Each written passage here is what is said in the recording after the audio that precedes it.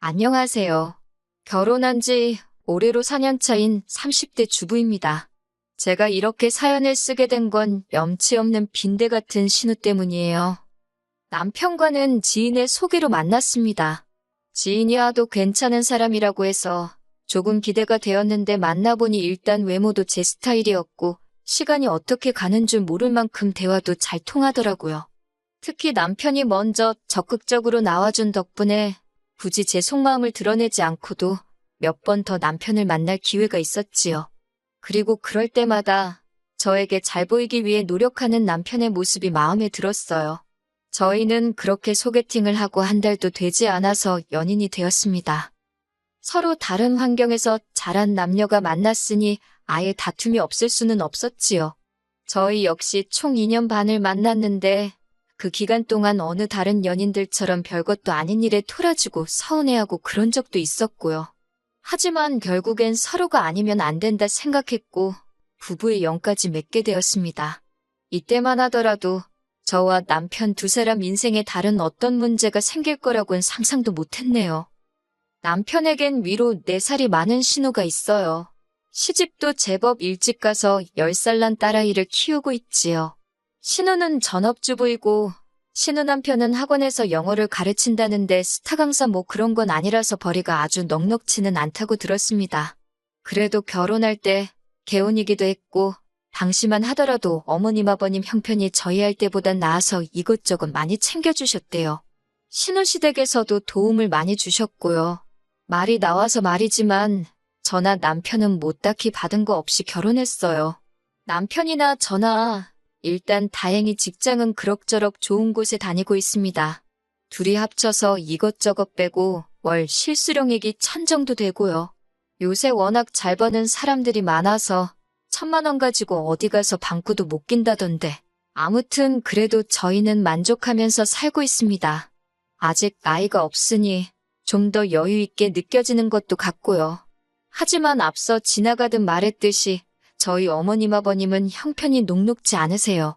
아버님이 회사를 다니고 계실 땐 괜찮았는데 당신 예상보다 이른 나이에 회사에서 나오셔야 했거든요.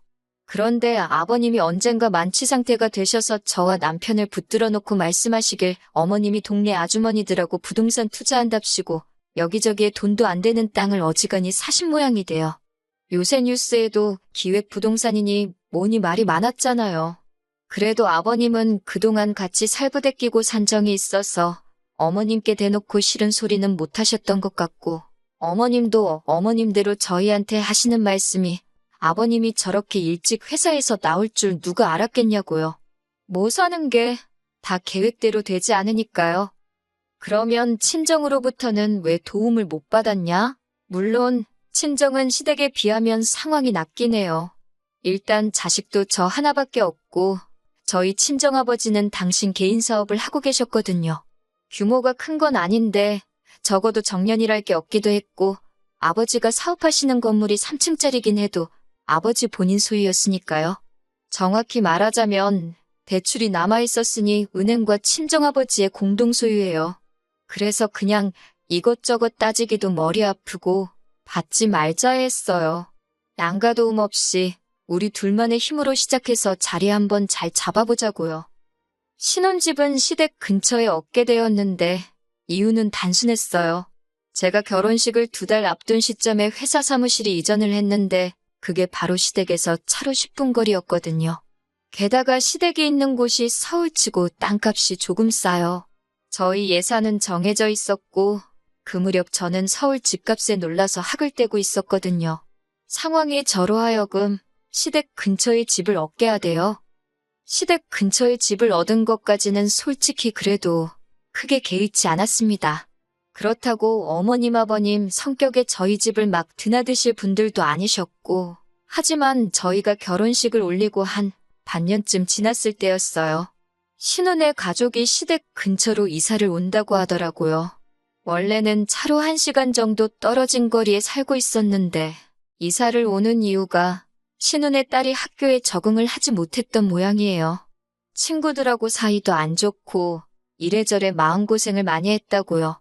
그러니까 이제 애 정서에 도움이 되게 손녀 예뻐해주는 외할머니 외할아버지 곁에 있게 하겠다는 게 신우의 말이었습니다. 솔직히 시조카를 생각하면 어린 아이를 상대로 이런 말을 하는 게 어이없기는 한데 별로 정이 안 가요. 시댁 식구들 모인 자리에서 일부러 제 신체 특정 부위를 말하며 작은아빠는 잘생겼는데 작은엄마는 못생겼다 그러고, 이게 제 입으로 말하자니 낯뜨겁고 유치한데 일단 저요, 어디 가서 못생겼다 소리 들어본 적 없어요. 그런데 아무리 어린애가 악의 없이 하는 소리라고 해도 사람들 앞에서 번번이 제 외모를 지적하니 속이 상하긴 하더라고요. 신우는 그 옆에서 자기 딸을 말리기는커녕 역시 자기 딸이 자기를 닮아서 보는 눈이 있다는 소리나 해대니까 더 짜증도 났고요.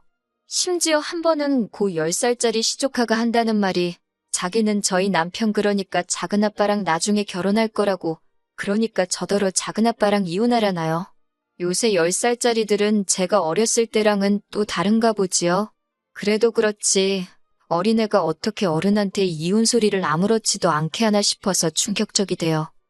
그런데 신우는 제가 그런 시조카를 예뻐하지 않는다고 엄청 서운해해요. 하지만 제 입장에서는 피 한 방울 안 섞인 데다가 하는 짓도 얄미운 시조카한테 무슨 정이 그렇게 가겠어요? 그리고 무엇보다 신우도 하는 짓이 얼마나 얄미운지 얌체가 따로 없거든요. 처음에는 몰라서 긴가민가 하고 당해주기 일쑤였지만 시간이 지나 신우 하는 짓이 눈에 빤히 읽히기 시작하니까 저도 방어한답시고 머리를 쓰게 되고, 가족 모임이 있을 때마다 그런데 에너지 낭비를 해야 된다는 사실 자체가 너무 스트레스더라고요. 사실 처음부터 그랬던 건 아니에요.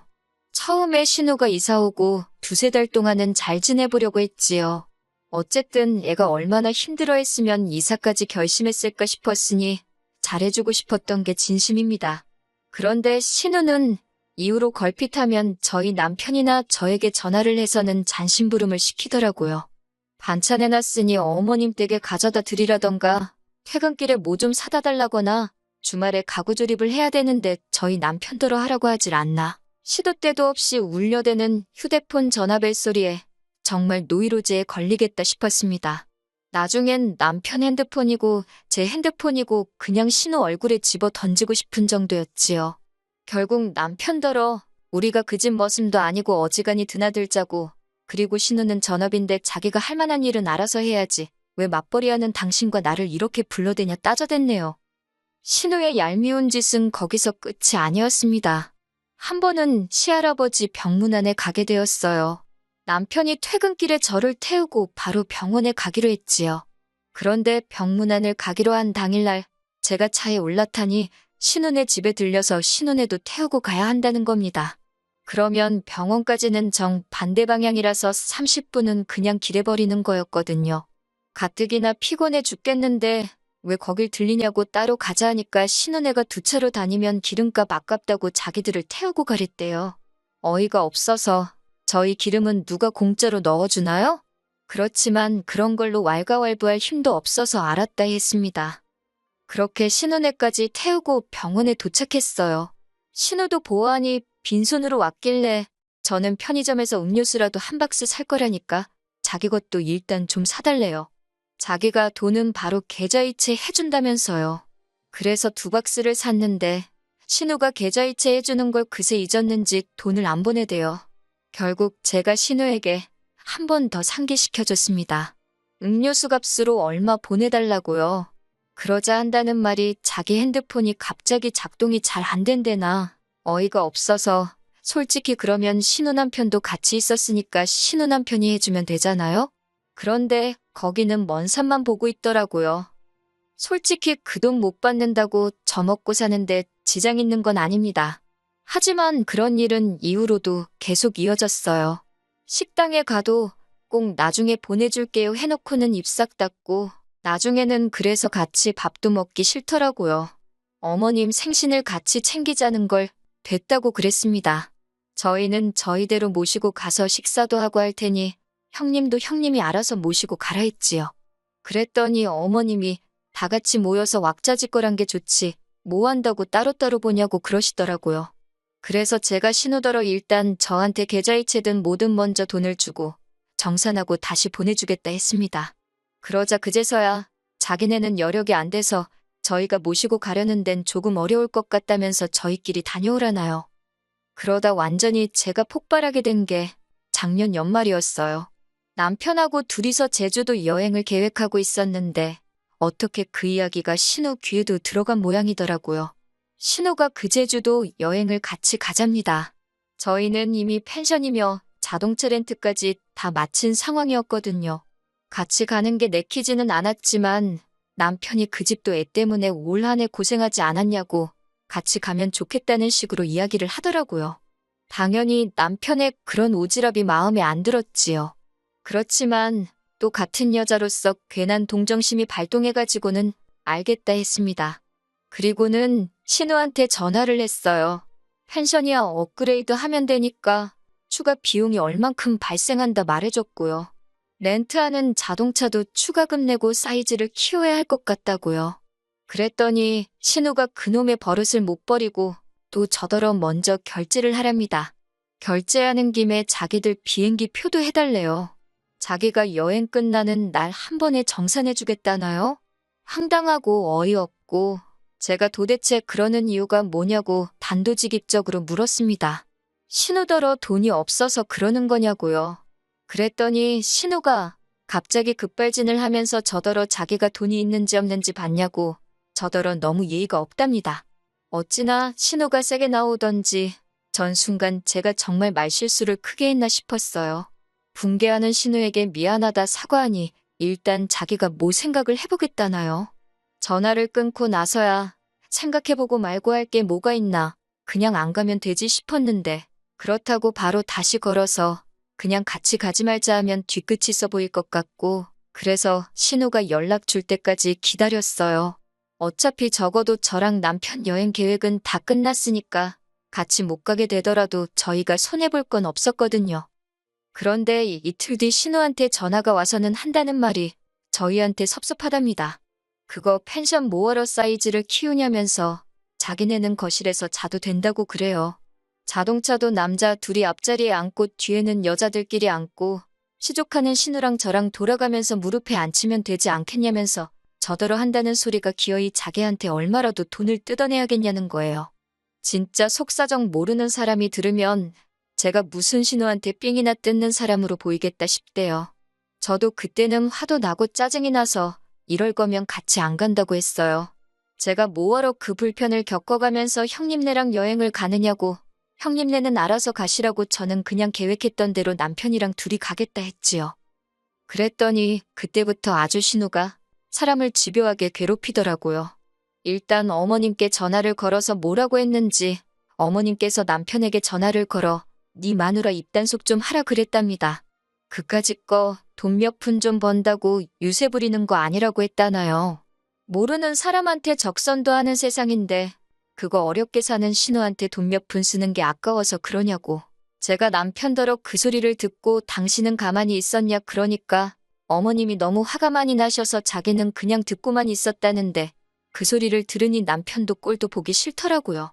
하지만 이내 남편이 자기가 잘못했다면서 다음에 어머님께 앞으로 말씀 조심하시라고 이야기하겠다며 사과를 하대요. 어머님의 불호령이 떨어졌지만 그렇다고 제가 신우한테 다시 전화를 해서 뭐 사과라도 하고 여행 같이 가자고 어르고 달랠 일이 뭐가 있었겠어요. 아무 일도 없었던 것처럼 신우에게 연락하지 않고 저는 평소와 다름없는 하루하루를 보내며 여행 가는 날만 기다리고 있었지요. 그런데 여행을 3일인가 앞두고 신우한테 연락이 왔어요. 뭐라냐면 시조카만이라도 데려가 달랍니다. 시조카가 제주도를 한 번도 못 가봤다면서 데리고 가달래요. 저도 너무 기가 빨려서 돈은 어쩔 거냐고 물었습니다. 가타부타 설명하기도 싫었고 가서 글싸가지 없는 시조카에 수발될 생각을 하니 벌써부터 짜증이 났지만 어머님한테 싫은 소리 듣는 것도 그에 못지않게 스트레스라 그냥 돈 얘기부터 했어요. 그랬더니 신우가 한숨을 푹 내쉬더니 애가 먹으면 얼마나 먹고 자리를 차지하면 얼마나 차지하느냐고 저한테 너무 인색하답니다. 어이가 없어서 애 비행기 티켓은 안 사냐고 애는 뭐 걸어서 제주도 갈 거냐고 따졌어요.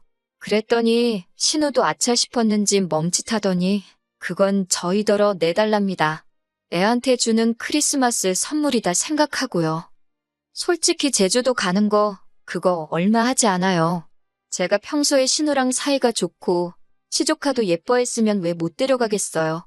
당연히 데려가고 비행기표도 사주고도 남지요. 그런데 평소에 제가 신우한테 당한 게 있고 얼마나 힘이 들었는데 제가 그렇다고 돈을 쌓아놓고 사는 사람도 아니고 막말로 돈을 마늘밭에 묻어도 묻어놓지 그렇게 쓰기는 싫더라고요. 그래서 그렇게는 안 되겠다 했습니다. 그리고는 신우더러 윗사람이면 윗사람답게 행동하시라고 너무 염치가 없는 거 아니냐고 한마디 했네요. 남사스럽고 창피하지도 않냐 하니까 신우가 저더러 너나 똑바로 살랍니다. 남들은 조카라고 하면 퍼주기 바쁘고 시어머니랑 신우 알기를 하늘같이 안다는데 저더러 싸가지가 있네 없네. 그때부터는 뭐 솔직히 논리 같은 건 없었고 신우가 그냥 어떻게든 저를 끌어내리려고 억지만 써서 상대해줄 가치도 못 느끼겠더라고요. 그래서 그냥 마음대로 떠드세요 하고 전화 끊어버렸어요. 그랬더니 남편이 퇴근하고 얼마 지나지 않았을 때였는데 신우가 저희 집으로 쫓아왔더라고요. 남편을 보더니 너 마침 집에 있었냐며 제 험담을 늘어놓기 시작했습니다. 아주 돈에 환장한 X라면서 신우 알기를 뭘로 아는 X네 뭐네. 수준 없고 원색적인 비난의 일색이었지요. 그러자 남편이 저는 솔직히 이번에도 등신마냥 가만히 듣고만 있고 그러면 이혼하려고 했어요. 그런데 남편이 그런 신우를 향해 자기 얼굴에 똥칠 좀 제발 그만하라고 소리를 지르더라고요. 안사람 볼낯이 없다면서 누나 그러고 사는 거 불쌍하고 안 됐기는 한데 그거 우리가 그렇게 만든 거 아니지 않냐며 이런 하소연은 차라리 매형한테 가서 하라고 왜 잘 사는 부부한테 와서 심술이냐고 그러더라고요. 신우도 남편의 그런 반응을 보고는 약간 충격을 받은 눈치였어요. 지동생이라고 평생 지 편을 들 줄 알았나 보지요. 결국 신우는 그렇게 소득 없이 저희 집을 떠났고 저희 집에는 이내 평화가 찾아왔습니다. 어쩐 일인지 이번엔 어머님께서도 연락이 없으시대요. 그리고 지금까지 한 달 남짓한 시간이 흘렀습니다. 저희 부부 단둘이 제주도에 잘 다녀왔고요. 신우에게선 연락이 없어요. 남편더러 신우가 연락도 없고 조용한데 혹시 신경 쓰이냐고 넌지시 떠보니 그게 무슨 말이냐며 자기는 요새 속이 다 후련하답니다. 그동안 누나라서 거절도 못하고 이리저리 끌려다니느라 자기도 짜증났다면서 그때 매형한테도 한마디 했어야 하는데 못한 게 억울할 지경이라고요. 그리고 지금은 뭐 저희 둘이 잘 지내고 있어요. 앞으로도 신우한테 연락은 없었으면 좋겠지만 남편과는 어쨌든 피를 나눈 남매인데 그럴 수는 없겠지요. 언젠가 다시 마주하게 되더라도 지금과는 달라져 있기를 바랄 뿐입니다.